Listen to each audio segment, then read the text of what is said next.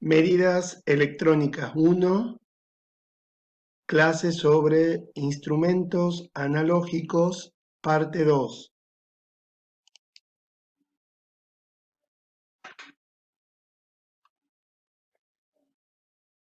El instrumento de imán permanente y bobina móvil es muy sensible a la corriente.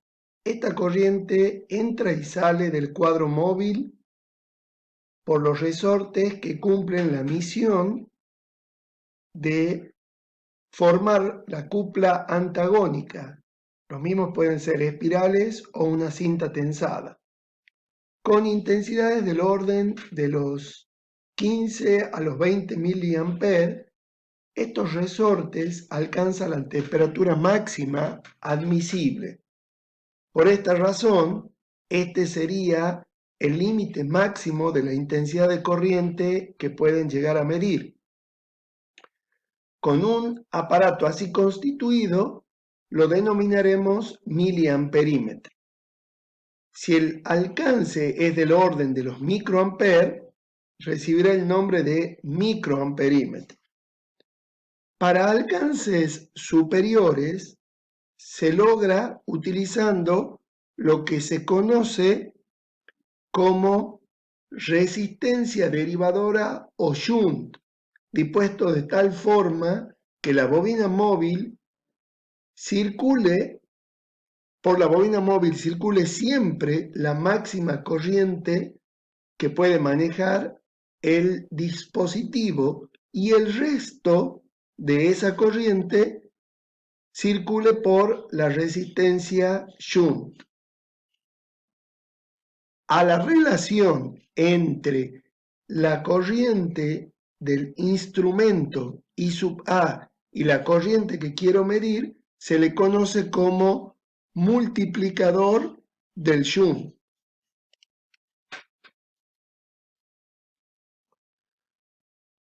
Cuando el alcance no es muy grande, por ejemplo hasta 50 amperes aproximadamente, los shunt pueden disponerse en el interior del instrumento. Para alcances superiores se los coloca exteriormente, conectando al instrumento a través de conductores suplementarios. Para evitar caídas de tensión excesiva por resistencia de contacto, se utiliza el sistema de resistores de 4 terminales. En instrumentos patrones y para cualquier alcance de corriente, los shunt deben ser externos, como se ve en la foto, y poseer un grado de exactitud de acuerdo a la que presenta el instrumento. Es decir, si el instrumento es de clase 0,2, el error de la resistencia será a lo sumo 0,2%.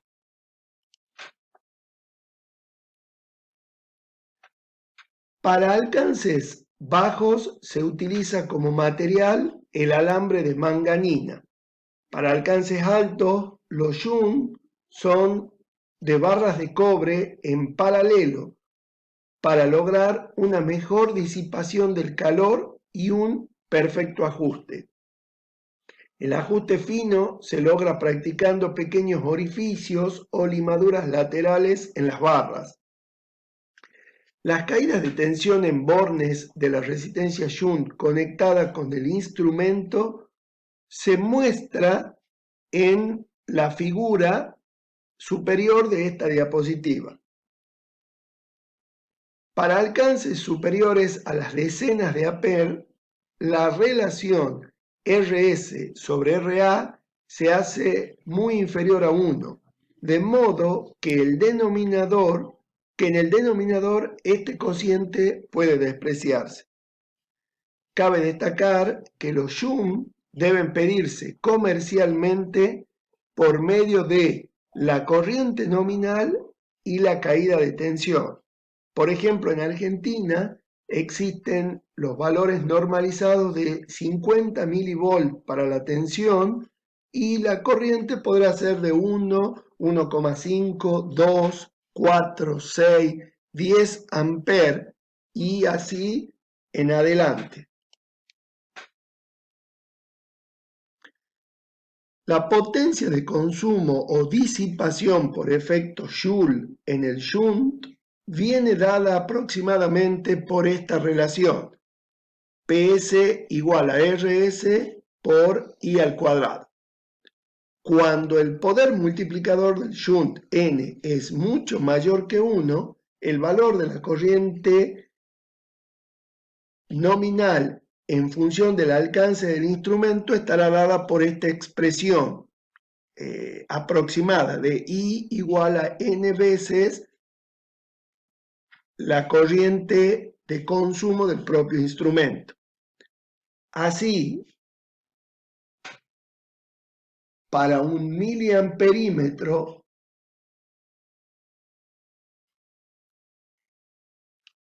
cuyo consumo nominal es el de aproximadamente 1 milivatio, si se lo usa con un derivador para que llegue a multiplicar su alcance, por ejemplo, 20.000 veces, es decir, 1000 amperes, siendo la máxima corriente del instrumento 50 miliamperes, el shunt tendrá una disipación aproximada de 20 vatios.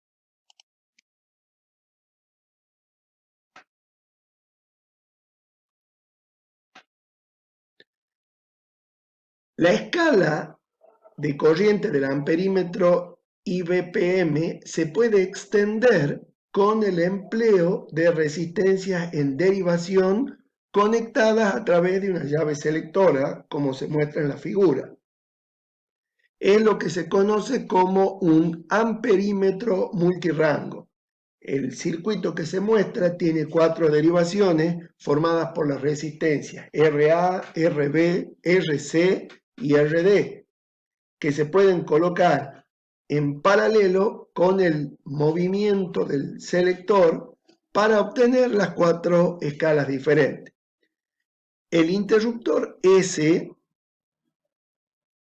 es de multiposición y es de un tipo particular de dispositivo de conexión que al moverlo conecta la resistencia de derivación siguiente antes de abandonar la primera derivación.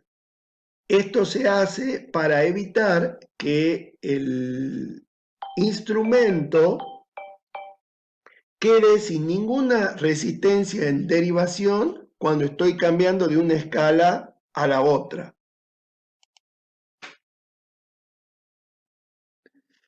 ¿Cuáles serían las recomendaciones a la hora de utilizar un amperímetro? Lo primero es no conectar el amperímetro con un circuito de muy baja resistencia, porque podría llegar a dañar el mismo dispositivo. Lo que se suele hacer es conectar una resistencia variable en serie con la resistencia a medir en su máximo valor y se va reduciendo el valor de la misma hasta observar que el instrumento marca la corriente próxima a que quiero medir hasta anular completamente la acción del potenciómetro. Con instrumentos analógicos es fundamental conocer la polaridad, ya que de lo contrario la aguja deflexionaría sobre el otro extremo y este golpe puede llegar a descalibrar el instrumento. Siempre es conveniente tener una idea de la corriente que se va a medir para conectar el dispositivo en el valor máximo y desde ahí ir reduciendo hasta obtener el valor más próximo al que se quiere medir. El instrumento de imán permanente y bobina móvil como medidor de corriente queda perfectamente definido por su alcance y por su resistencia interna. Así, por ejemplo, si tengo un instrumento de 50 miliamperes de corriente máxima y 5 ohmios, este dispositivo también podría servirme como la base de un mini voltímetro, ya que si se realiza el producto de estos dos valores, tendré una tensión máxima de 250 milivolts. Es decir, que para transformar un miliamperímetro en un milivoltímetro, lo que debo hacer es modificar la escala, que ahora irá desde 0 volt a 250 milivolts, y considerar que esa resistencia interna ahora forma parte de la resistencia interna de un voltímetro. Pero si necesito aumentar el alcance del mismo, deberé sumar una resistencia nueva, conocida como resistencia multiplicadora R sub M. El nuevo valor de esta resistencia interna indica que la resistencia total de este dispositivo es la suma de RA más RM y se lo va a conocer como una resistencia interna del voltímetro R sub B. La tarea entonces es, utilizando la ley de Ohm, determinar el valor de RM para conocer el nuevo voltaje máximo que puede medir según se ve en esta diapositiva.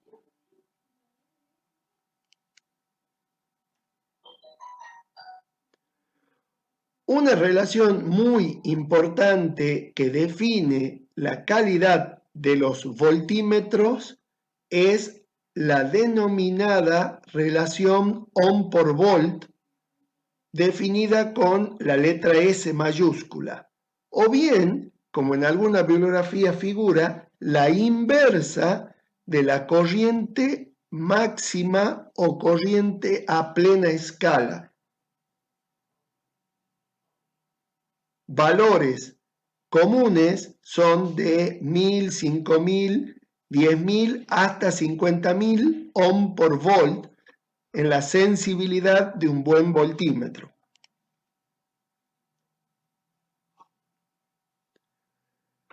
La suma de varias resistencias multiplicadoras junto con un interruptor de rango provee al instrumento de la posibilidad de trabajar con varias escalas, como se muestra en la figura. Es decir, tendremos un dispositivo conocido como voltímetro multirango. En el ejemplo se observan 4 resistencias, lo que implica tener 4 escalas de tensión diferentes. Los valores de las resistencias multiplicadoras se pueden calcular de acuerdo a esta expresión en donde está involucrada la sensibilidad antes mencionada. ¿Cuáles serían las consideraciones a tener a la hora de emplear un voltímetro? Debemos recordar que este instrumento se debe colocar en paralelo con el circuito que se desee medir la tensión y en la escala adecuada para evitar el error por efecto de carga. La polaridad también es importante, ya que, como dijimos, la aguja solo debe moverse en un solo sentido para evitar daños en sus partes mecánicas. En un equipo multirango deberemos empezar a medir desde el mayor valor de tensión, así incrementamos la exactitud del instrumento e ir bajando hasta la escala que más se adecue al valor de tensión a medir. En un instrumento de D'Arsonval, el mismo responde al valor medio de la corriente eléctrica que circula por la bobina móvil.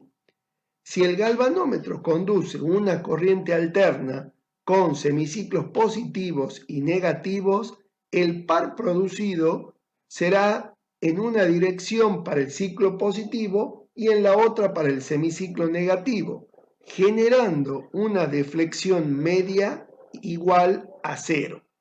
Con lo cual, este instrumento empezaría a vibrar en torno al cero, dependiendo de la frecuencia de esta tensión alterna, y no podría medir ningún valor.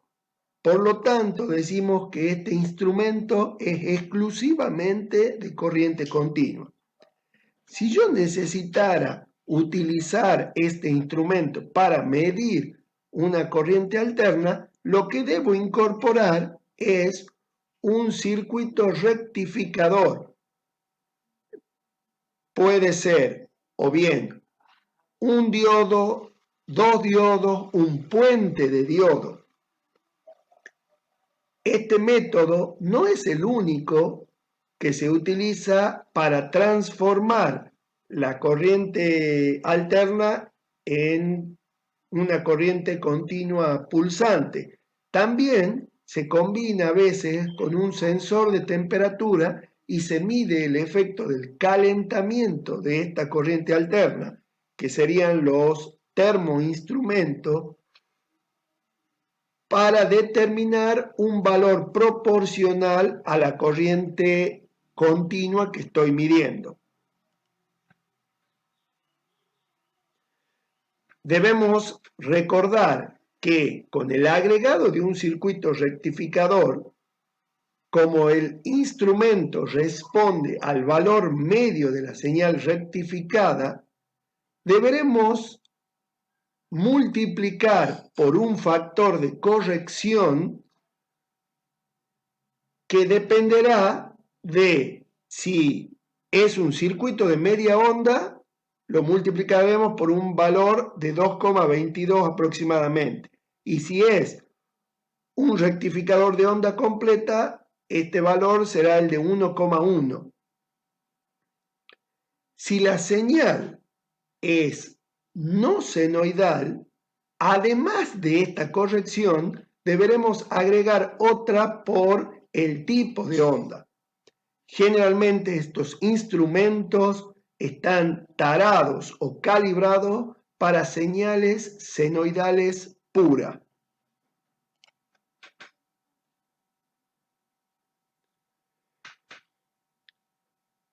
Acá en la diapositiva observamos un instrumento de IPBM con termocupla.